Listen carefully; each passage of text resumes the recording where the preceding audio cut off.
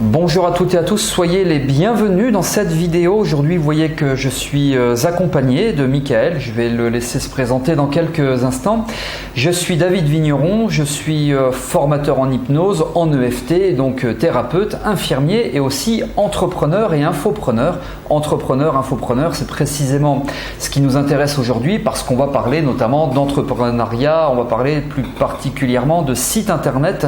Et pour cela, donc aujourd'hui, je suis accompagné de Michael Lamour. Merci David, oui je suis Michael Lamour, je suis coach stratégie business et j'accompagne exclusivement les coachs, les thérapeutes et les formateurs pour les aider à développer leur activité, à multiplier la taille de leur activité par 2, 5 ou 10 en fonction de leur maturité, de leur historique et notamment en présentiel mais aussi sur internet et c'est un des sujets dont on va parler aujourd'hui au niveau des sites internet notamment qui est souvent la première question qu'on se pose lorsqu'on crée son activité de thérapeute ou qu'on souhaite développer son activité de thérapeute, on se dit il me faut un site internet.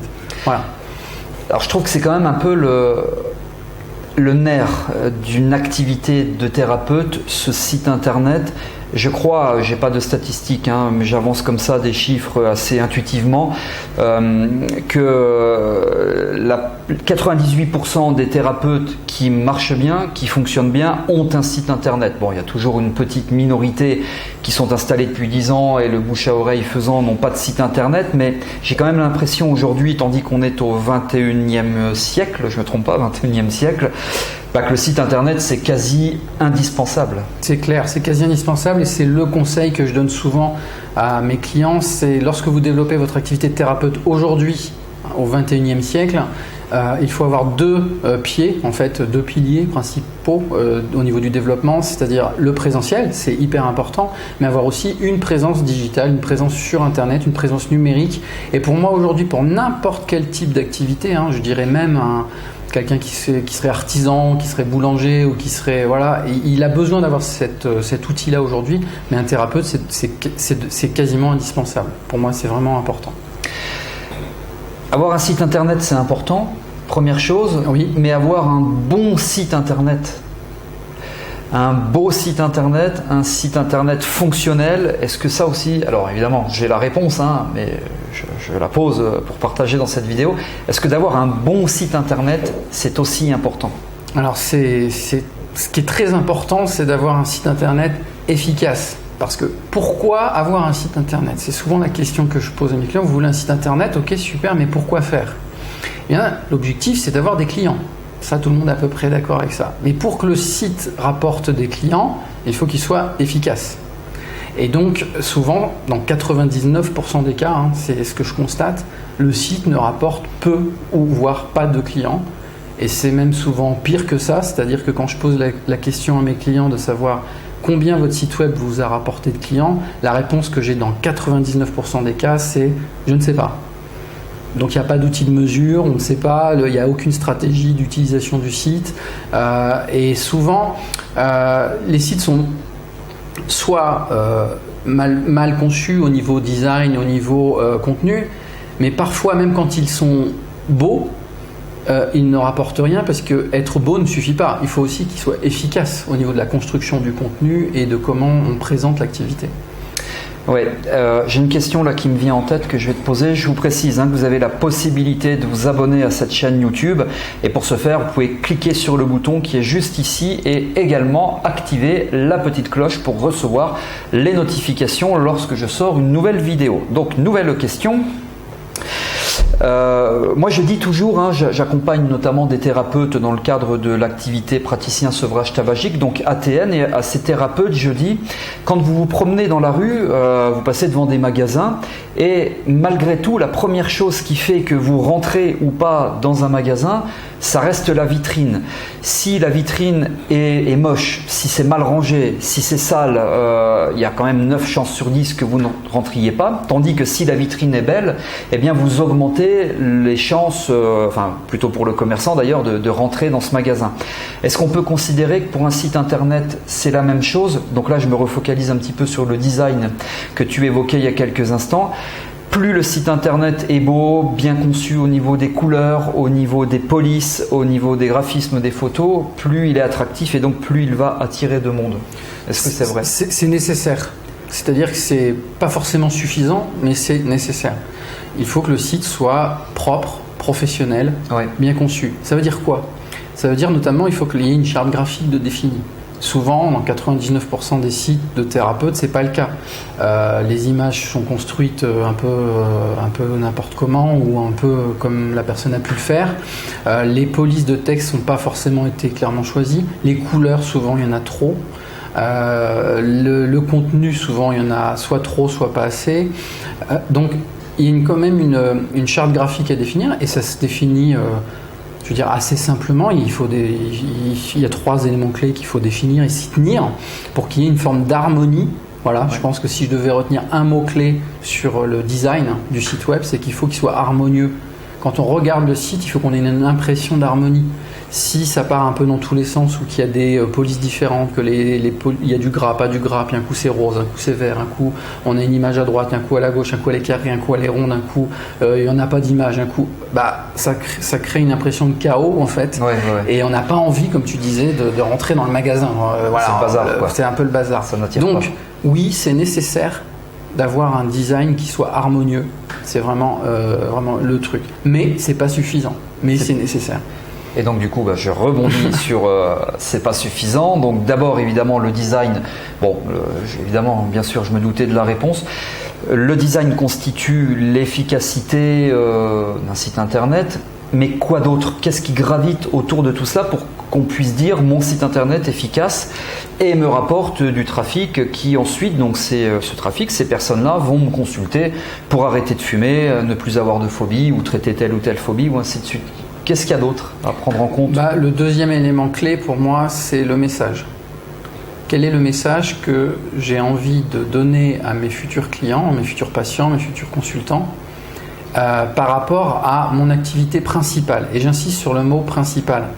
Souvent, les thérapeutes sont des professionnels qui ont fait beaucoup de formations, qui ont un peu la formationnite aiguë, c'est-à-dire qu'ils ont beaucoup d'outils dans leur boîte à outils. Donc c'est très bien, d'un point de vue thérapeutique, ça leur permet de traiter beaucoup de choses et de faire beaucoup de choses. Du coup, lorsqu'ils construisent leur site web, ils ont envie de montrer tout ça, ils ont envie de faire un peu le catalogue de tout ce qu'ils savent faire et de montrer tout ça. Le problème, c'est que du coup, ça noie le message. Moi, si j'ai un problème spécifique à l'aorte supérieure droite du cœur, et si j'ai le choix entre un chirurgien qui est généraliste du corps humain ou un chirurgien qui est spécialiste de l'aorte supérieure droite du cœur, je vais aller voir le chirurgien qui est spécialiste de l'aorte supérieure droite du cœur. Donc la question qu'un thérapeute doit se poser dans le message qu'il doit mettre en avant sur son site web, c'est quelle est mon activité principale? Quelles sont les personnes que j'aide principalement? Quelles sont celles que j'ai envie d'aider aussi principalement? Et pour les aider à faire quoi? À obtenir quel type de résultat?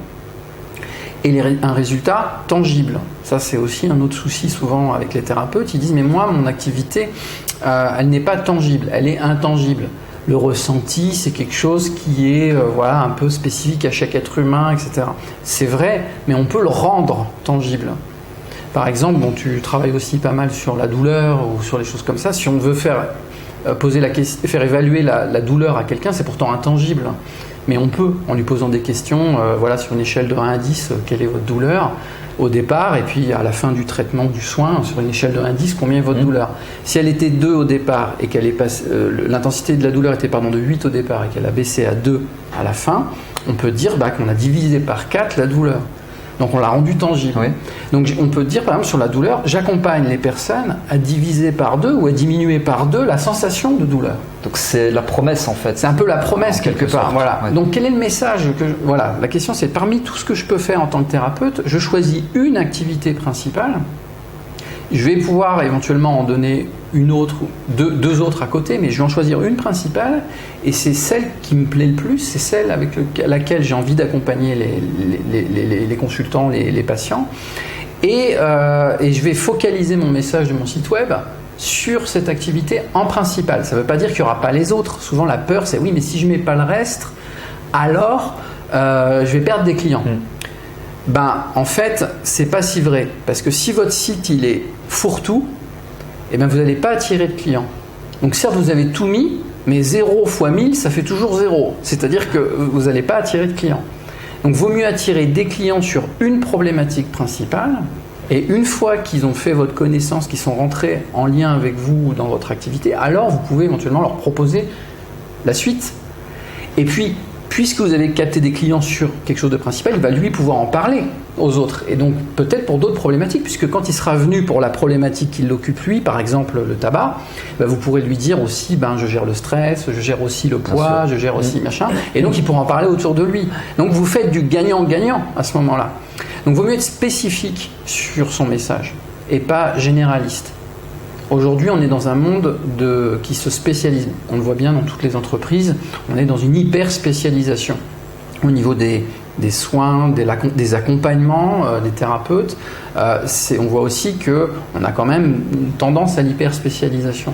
Donc aujourd'hui, un thérapeute, s'il veut tirer son épingle du jeu un peu au niveau de son activité, il doit avoir un message d'expert. Là, c'est très intéressant ce que tu dis parce que finalement, le site internet, quand on le construit ou quand on le fait construire, il est important tant au niveau de la forme, bien sûr, le visuel, ce genre de choses, mais également au niveau du fond. Et là, c'est ce que tu expliques. Le fond, c'est que moi, internaute qui vient voir votre site internet de thérapeute, je sois immédiatement attiré par le fait que vous allez pouvoir résoudre ma problématique. Donc le fond et la forme doivent finalement être en harmonie. C'est ça. Donc l'harmonie, on avait parlé tout à l'heure de l'harmonie du design. Exactement. Le message, il faut qu'il soit clair et unique. Enfin, qu'il y ait un message principal en tout cas. Après, on peut en avoir des déclinaisons des autres offres, des autres produits, des autres accompagnements. Mais il faut au moins que le message principal soit clair. Et ça, c'est très important parce que souvent, les thérapeutes, ils ont vraiment cette peur. C'est pas autre chose, c'est une peur. Et c'est une croyance aussi limitante quelque part de si je mets pas tout ce que je sais faire, je vais vraiment perdre des clients. Et ça, c'est l'inverse. Par exemple, si un thérapeute accompagne les couples, un thérapeute de couple, pour qu'il accompagne les personnes qui ont des difficultés dans leur relation de couple, on sait statistiquement aujourd'hui que c'est plutôt les femmes qui ont cette demande, cette sensibilité. Ça ne veut pas dire que les hommes n'ont pas le problème, mais ils ne sont pas forcément conscients. En tout cas, ils ne vont pas forcément se le dire eux-mêmes. Donc, quelqu'un qui est thérapeute de couple, pour moi, c'est plus facile de cibler les femmes que de cibler tout le monde. Donc c'est plus facile de dire vous êtes une femme, vous êtes en couple, vous avez des difficultés de communication, vous avez l'impression que votre partenaire ne vous aime plus, vous avez l'impression que votre relation est finie. Ça sera beaucoup plus puissant comme message que de dire j'accompagne toutes les personnes qui ont des difficultés de couple. Bien sûr. Voilà. Et la peur qui arrive, c'est oui, mais si des hommes veulent aussi faire mon accompagnement et du coup ils vont pas venir. Et bien en fait c'est faux. Si votre message est puissant, les femmes vont venir et du coup ils vont en parler autour d'elles. Et si un homme a la difficulté et a envie, il va vous appeler, il va vous dire est-ce que vous le faites aussi pour les hommes ? C'est ce qui va se passer dans la réalité. Et là vous direz bien sûr oui, mais vous n'aurez pas cette question si vous essayez d'être général. Voilà. C'est du marketing aussi, donc il faut en quelque sorte, c'est pas en quelque sorte, je mets même pas de guillemets, savoir se vendre, ses compétences, ses expériences. C'est clair. Moi, lorsque j'accompagne mes clients, pour moi, il y a 3 compétences clés dans toute entreprise, j'ai envie de dire. C'est pas spécifique aux thérapeutes, c'est spécifique à toute entreprise. C'est 3 compétences clés qui permettent, j'ai envie de dire, de faire à peu près tout ce qu'on veut après dans la vie. La première, c'est savoir s'exprimer. Donc on est dans tout ce qui est parler, expression, ce qu'on est en train de faire là tous les deux, c'est-à-dire se mettre face à une caméra et de parler de son expertise de manière structurée, de manière claire et de pouvoir passer des messages. Donc ça s'apprend. Soit on sait le faire de manière innée, soit on l'apprend.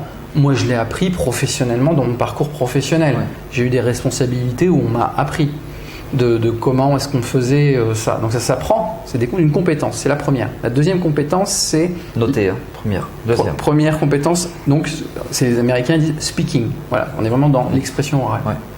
Deuxième compétence, c'est copywriting.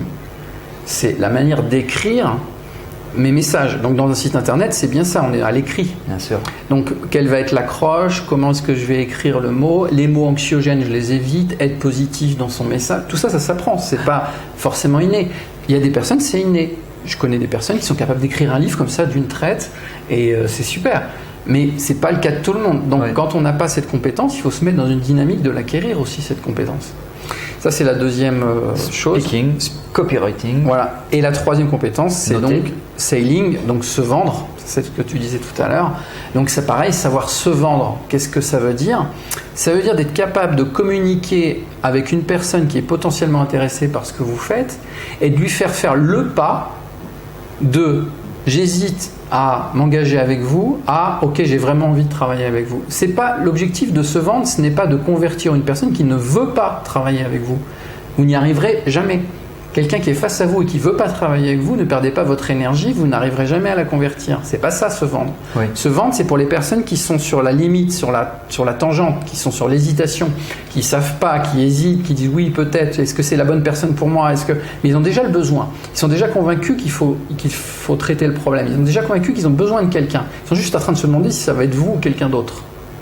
Et là c'est pareil, c'est une compétence, ça s'apprend.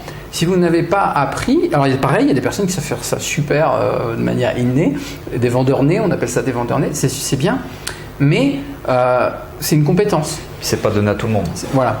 Donc on doit retrouver un peu ça, cette essence dans un site web. C'est-à-dire il faut quand même que le contenu du site web et cette essence au niveau du writing, c'est quand même de la communication aussi. Donc il faut quand même que l'expression du message que j'exprime, il soit quand même cohérent aussi et puissant, donc ciblé, spécialisé comme on dit tout à l'heure. Et puis se vendre, c'est souvent quand on se présente par exemple, qui suis-je ? Les personnes, elles n'ont pas forcément de prime abord envie de savoir tout votre pédigré, tout votre parcours. Elles s'en fichent un peu de tous les diplômes que vous avez passés. Pourquoi ? Parce qu'elles ne les connaissent pas, tout simplement, et que ça ne va pas lui donner de la valeur. Ça ne va pas lui donner de l'information pertinente, puisque la liste de tout ce que vous avez fait, c'est intéressant dans un deuxième temps, mais dans un premier temps, c'est pas ce qui va l'intéresser. Ce qui va l'intéresser dans un premier temps, c'est pourquoi vous faites ce que vous faites, pourquoi vous avez choisi de faire ce métier, et quelle est votre énergie et votre envie, en fait, et puis comment vous allez pouvoir l'aider, elle. C'est ça la présentation du qui suis-je. Je suis expert là-dedans, je suis motivé par ça et ça, et voilà pourquoi j'accompagne aujourd'hui toutes ces personnes pour les aider à faire ça et ça, et j'en accompagne beaucoup, et ça fait des années que je les accompagne, et pourquoi, et voilà. C'est ça la présentation du qui suis-je, la première. Bien sûr, le site internet finalement c'est pas juste un site internet pour dire j'ai un site internet et voilà mes coordonnées. Il y a une histoire aussi de ce qu'on appelle la conversion. Ça veut dire moi je viens voir votre site internet, je viens visiter, je suis simple visiteur, mais néanmoins j'ai une problématique. Et la conversion c'est je décroche le téléphone, je vous expose mon problème, vous me donnez un rendez-vous et je deviens consultant. Je passe visiteur à consultant, c'est en ça qu'on parle de conversion. On va parler d'erreurs à éviter, je vais vous en donner une et puis je vais demander aussi à Mickaël de donner pour toi ce qui est la principale erreur à éviter sur le site internet. Moi je vous en donne une il y a quelques mois de cela avec un des praticiens ATN donc en sevrage tabagique. Je leur demande de me donner les URL de leur site internet et puis je vais corriger à visée amélioration certains sites internet, et un des praticiens sur son site internet, donc ce praticien vient d'Alsace, on arrive en page d'accueil et la première chose que l'on voit c'est un paysage alsacien avec des vignes, avec des choses comme ça. Alors moi j'ai tout, alors c'est magnifique, hein, c'est pas la question, hein, les paysages alsaciens c'est très beau, c'est pas la question. Je lui ai dit ça c'est très bien si tu es office de tourisme, parce que le but c'est que les gens viennent chez toi dans ton gîte ou je sais pas où, enfin dans les montagnes alsaciennes ou autres, voilà. Mais par contre dans une dynamique d'aider les gens à voir moins mal ou de phobie ou de sevrage tabagique ou en fonction des spécialités, c'est pas comme ça que tu vas attirer les gens. Donc il y a une espèce de décalage qui rend ce site internet moins attractif. Donc je lui ai dit c'est une erreur et donc il a modifié, en l'occurrence c'était un site en l'occurrence là internet tabac, quoi, sevrage tabagique, et il a mis un point, je crois un point qui écrase un paquet de cigarettes, ce qui est quand même beaucoup plus évocateur pour la personne et ce qui va faciliter la conversion. Donc gardez bien aussi en tête qu'un des buts, bien sûr on parlait de savoir se vendre de votre site internet, c'est qu'il doit commencer à convertir et vous allez finaliser la plupart du temps par téléphone en donnant le rendez-vous et le consultant va venir vous voir. Et donc Mickaël, voilà, je viens d'exposer une erreur, il faut aussi que les images soient relativement éloquentes par rapport à votre activité. quelle serait pour toi, alors pas une erreur, je vais aller un tout petit peu plus loin, la principale erreur à éviter, question compliquée, d'autant plus qu'on l'a pas prévue avant celle-ci, la principale erreur à éviter, ou une des principales erreurs à éviter sur un site internet. Alors écoute, j'en ai deux qui viennent. Allez, j'ai du mal à choisir entre eux. Il y en a une, c'est au niveau des menus du site. Ouais. Souvent, le menu, c'est un peu la liste à la Prévert, c'est-à-dire qu'il y a plein de menus, donc il y a souvent l'accueil, ok, ensuite il y a je fais telle prestation, ensuite il y a le qui suis-je, ensuite il y a le contact, ensuite il y a j'ai un blog, ensuite il y a je fais une deuxième prestation, puis je peux aussi faire des stages, et puis voilà, et on a une espèce de menu où il y a une douzaine de sujets, et on est perdu dans et le on menu. est perdu et c'est fini. Ça pour moi l'impact psychologique en fait, et il est énorme. Donc pour moi, pour un site web, tant que vous n'avez pas 6 chiffres de chiffre d'affaires à l'année, tant que vous n'en êtes pas à avoir une entreprise où vous êtes obligé de déléguer une partie des prestations à des personnes et avoir vraiment un catalogue de prestations énorme, 5 thèmes, c'est-à-dire que votre menu doit avoir 5 sujets. Vous les choisissez, vous faites le tri, vous mettez le principal, mais vous vous limitez à 5. Ça suffit largement, il n'y a pas besoin d'en mettre plus. En plus, aujourd'hui, il faut savoir qu'on a le trafic qui est principal. Enfin, il y a 50% du trafic qui est fait sur mobile. Donc, quand vous avez un menu comme ça à rallonge, il n'est pas visible en fait. C'est indigeste. C'est indigeste. On va voir ailleurs. Donc, alors, il y a des techniques qui permettent d'avoir des menus mobiles qui sont différents des menus ordinateurs, je sais bien, mais pourquoi se compliquer la vie? Je veux dire, là où vous en êtes dans votre développement, si vous avez besoin de ce site pour capter des clients, 5 sujets suffira. Donc, ça, c'est le premier truc. Le deuxième truc, c'est faites attention à votre ligne de flottaison. Alors je vais expliquer ce que c'est que la ligne de flottaison. La ligne de flottaison, c'est quand la personne arrive sur votre site web, la première fois, elle arrive sur un premier écran. Votre page d'accueil, elle peut faire plusieurs écrans quand on déroule comme ça la page en dessous. Mais quand elle arrive dessus, il y a un premier écran qui apparaît. Sur ce premier écran, il faut absolument que votre message principal, votre activité principale dont je parlais tout à l'heure, soit visible tout de suite. Il faut tout de suite qu'on sache que vous faites, comme tu parlais tout à l'heure du tabac, il faut tout de suite qu'on sache que cette personne traite l'arrêt du tabac. Dès le premier écran.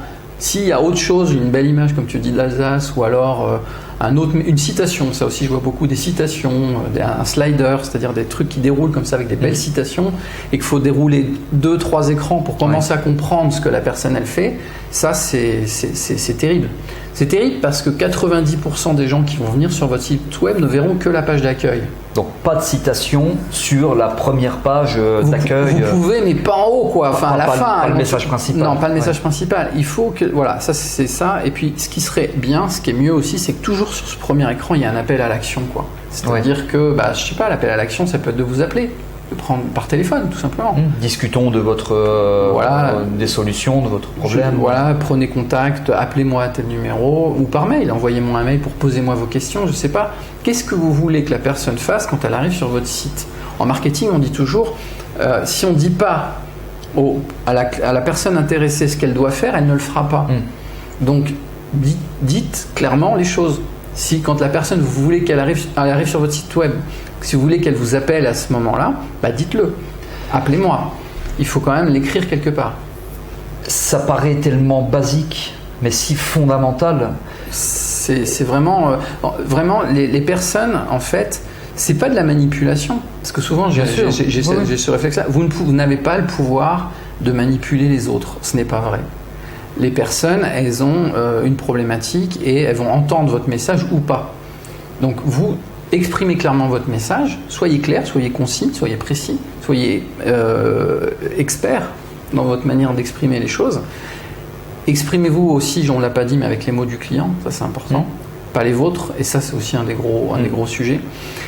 Mais soyez clair. Vous voulez qu'il vous appelle, mettez votre téléphone et dites appelez-moi. Voilà. Et c'est peu fait sur les sites internet. Vous pouvez regarder. Là, 99% des sites, c'est ce que je constate, c'est pas fait. Donc, vous allez sur un annuaire de thérapeute et puis vous regardez ne serait-ce que 10 sites et vous verrez combien auront fait ça. Et il y en aura un et encore. Dites-vous, moi je dis souvent en marketing, et on parle bien de marketing, vous êtes thérapeute, c'est-à-dire vous avez quand même un certain chiffre d'affaires à rentrer parce que derrière vous avez des charges et puis au passage vous avez aussi votre salaire, votre revenu dirigeant. vous devez vendre quand même. Hein. Je crois que, alors là, on va pas plus s'étaler parce que là, on arriverait sur le mindset et d'autres choses. On sortirait complètement du sujet, en tout cas de la vidéo, à savoir site internet. Mais le site internet contribue notamment à vendre vos prestations, à vous faire connaître. Et moi, je dis toujours, aujourd'hui, il y a la concurrence, on ne va pas se voiler la face. C'était peut-être pas tout à fait vrai il y a ne serait-ce que 4 ou 5 ans. Aujourd'hui, il y a beaucoup de concurrence. Celle-ci ne doit pas faire peur, elle doit simplement vous booster pour faire encore mieux. Et votre site internet doit être au top, il doit être parmi les meilleurs. Parce que si demain j'ai une phobie, eh bien, je dois savoir d'emblée que vous allez pouvoir m'aider à traiter cette phobie et que dans une semaine ou 2 semaines, je vais être capable de prendre l'avion et d'aller chez ma cousine au Canada ou voir quelqu'un d'autre ailleurs. Voilà. Alors, Michael, je te remercie parce qu'en fait, je t'ai demandé des erreurs à éviter, mais tu as donné plein d'autres astuces derrière et c'est super parce que, et en plus, je trouve que ce ne sont pas des choses qu'on retrouve ici ou là, quoi. Tu nous donnes des choses qui sont quand même un peu plus développées. Parce que souvent, un site web, il est conçu, on va dire, sur un angle technique et design. Ouais. C'est-à-dire souvent... et c'est pas une critique, hein, je travaille avec beaucoup de webmasters, donc je connais le métier, je travaille avec eux. Les webmasters, souvent, ils ont soit une formation technique à la base, informatique, et c'est très bien, chacun son métier, et soit une formation de graphiste au niveau design. Donc tout ça, c'est super, c'est encore une fois, c'est nécessaire, il n'y a pas de problème.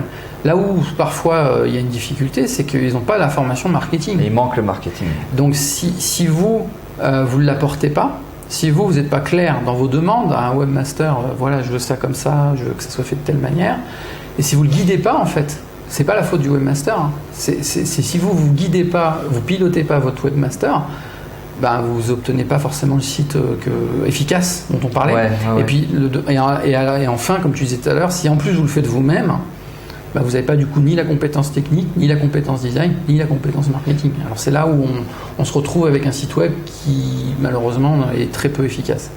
Vous devez marketer, vous devez vendre vos prestations, hein, voilà, vous devez vivre tout simplement de votre activité. Dites-moi dans les commentaires là, de la vidéo, là, sous cette vidéo, dans les commentaires, si ça vous parle ce qu'on vous dit ou si vous êtes choqué éventuellement aussi. Hein, on peut l'entendre quand on vous dit que vous devez vous vendre, que vous devez marketer. Parce que vous savez que je réponds sur cette chaîne YouTube moi-même aux commentaires, sans intermédiaire. Donc c'est toujours un plaisir de partager. Et puis au passage, tant que je suis dans ça, partagez aussi cette vidéo parce que si ça peut aider un plus grand nombre de thérapeutes, eh bien autant faire ce peu. Alors Michael, justement, tu proposes une formation et j'y ai un petit peu aussi contribué à cette formation sur certains chapitres, sur certains modules. Une formation dans laquelle tu développes davantage comment réaliser un site internet qui vend, qui permet de développer son activité, enfin bref, un super site internet. Est-ce que tu peux nous parler un petit peu de cette formation ? Alors c'est une formation qu'on a conçue ensemble et dont l'objectif c'est de vous permettre de faire vous-même un site web attractif.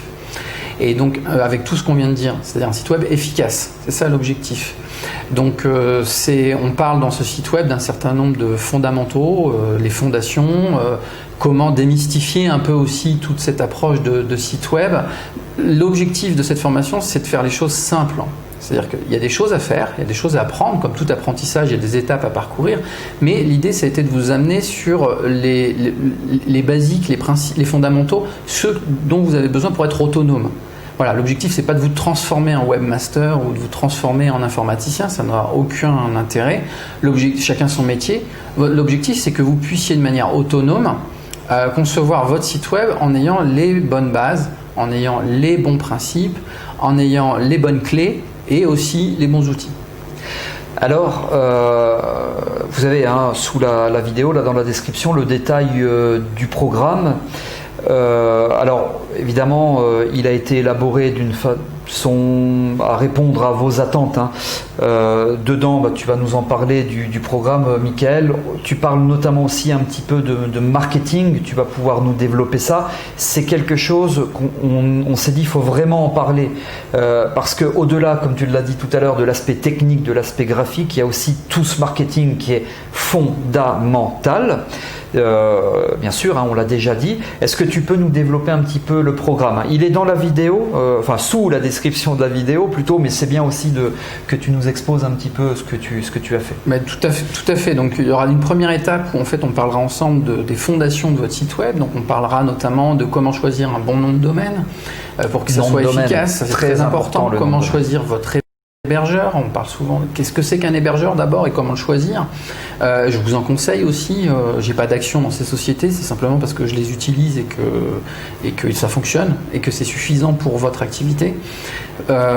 Ensuite, on parlera aussi de tout ce qui est le fameux WordPress, c'est-à-dire ce qu'on appelle un gestionnaire de contenu dans le jargon des informaticiens. Comment utiliser Comment l'utiliser simplement, comment démystifier son utilisation, comment être capable d'être autonome simplement et facilement avec.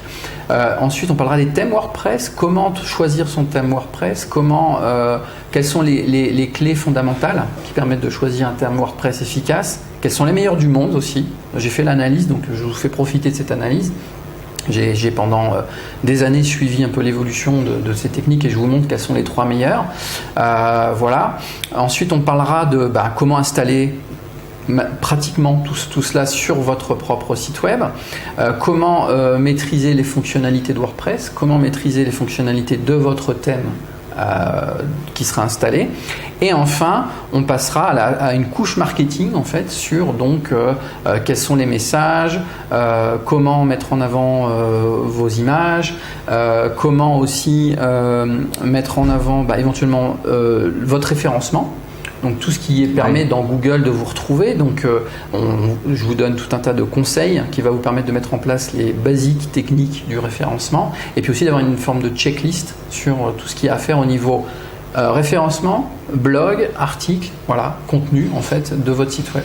Alors c'est vraiment une formation d'excellent rapport qualité-prix comme vous le voyez dans le programme là si vous êtes en train de le consulter, et aussi je trouve dans cette formation, après l'avoir réalisée, qui va vous éviter, et c'est souvent une des craintes des thérapeutes, qui va vous éviter de vous faire, j'utilise un terme fort volontairement pour vous percuter un peu, que ça percute un petit peu et vous faire arnaquer, parce que combien on trouve sur la toile ici ou là, vous tapotez site internet thérapeute puis vous verrez des tas de choses, de prestataires qui vous proposent de créer votre site internet. Déjà c'est 1 500 €, et puis tous les mois vous payez l'hébergement, le nom de domaine, et puis vous rajoutez tous les mois une espèce de pseudo-abonnement, je ne sais pas si on peut parler d'abonnement, ou une maintenance, à 200 €, puis à la fin de l'année vous avez lâché comme ça 2, 3, 4 000 €, et ça à repayer tous les ans. Donc même si dans la formation on ne dit pas clairement,